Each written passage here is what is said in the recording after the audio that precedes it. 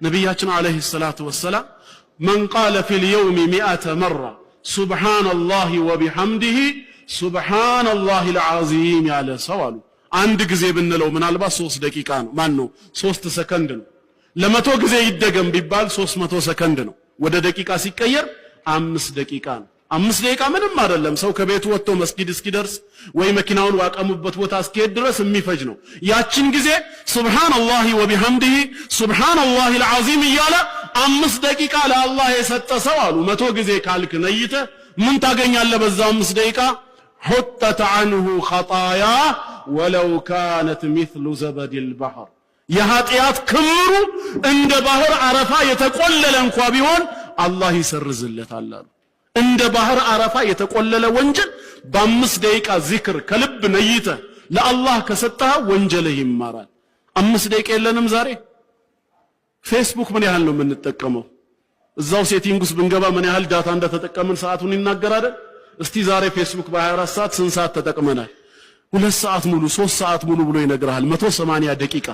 18 ደቂቃውን አንድ አስረኛውን ከፍለ ከአላህ ጋር ሳሳልፈዋል አላሳለፍኩትም ካልክ ለምን ብለህ መጠየቅ አለብህ በቃ ነፍስያችንን ለምን የአኺራ ሰው ኮንኩኝ ምንድነው የከለከለኝ ነው ስለዚህ ወንድሞች ኢስቲግፋር እናድርግ በስተመጨረሻም አንድ ሐዲስ ልንገርና ሰዓቱ ስለሌለኝም ላቁመው ምንድነው እሱ በአንድ ቀን ውስጥ አንድ ደቂቃ ብቻ ለአላህ የሚሰጥ ሰው ጀነት ገባ የሚለው ነው ከ24 ሰዓት ከ1440 ደቂቃዎች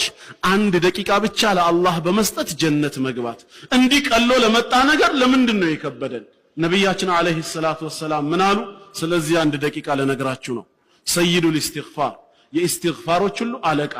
اللهم أنت ربي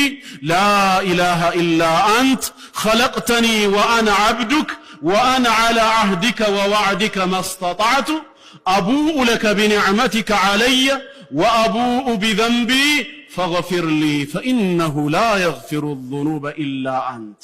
30 سكند ما تمولان اتشن استغفار فمن قالها من النهار موقنا بها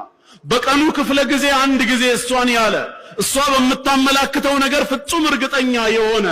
فمات من يومه قبل أن يمسي በዛው ቀን ከማምሸቱ በፊት ቢሞት ይሰዋል فهو من أهل الجنة يجنة سونوال ومن قالها من الليل موقنا بها بزاو ملكو بلليتو كفل عند جزيتشين استغفار يا لسو فمات من ليلته قبل أن يصبح كمان قاتو بفيت يسوى جلو درسو بموت فهو من أهل الجنة يجنة سونوال ጠዋት አንድ ጊዜ ማታ አንድ ጊዜ የኔ ቋሚ ስራ ነው ብሎ ኢስቲግፋሩን እርግጠኛ ሆኖ የሚጠቀም ሰው ጀነት ይገባል አሉ አንዴ ለማለት 30 ሰከንድ እንኳን አይመላም ሁለት ጊዜ ብን ደግሞ አንድ ደቂቃ በሉት ይሄን አንድ ደቂቃ ለአላህ እየሰጠ اللهم انت ربي አምላኬ አላህ ወይ አንተ የኔ ጌታ ነህ لا اله الا انت ካንተ በስተቀር በእውነት የሚመለክ ሌላ አምላክ የለም خلقتني انت فطرهኛል وانا عبدك እኔ ያንተ ባሪያህ ነኝ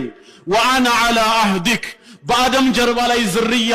ያለሁኝ በዱንያ ህይወት እንዳመልክህ ቃል ባስገባኸኝ ነገር ላይ ማስተጣቱ የቻልኩትን ያክል እየሰራሁ ነው ወዋዕዲክ እንዲሁም ያንተን ተስፋ ቃል ኪዳን ጀነትህን የኃጢአት ምህረትህን ተስፋ ያደረኩኝ ነው አቡኡ ለከ ቢኒዕመት አዑዙ ቢከ ሚን ሸር ማ ሰነዕቱ ከሰራኋቸው መጥፎ ነገሮች ሁሉ ባንተ ተጠበቃለሁ አቡኡ ለከ ቢኒዕመቲከ ዐለይ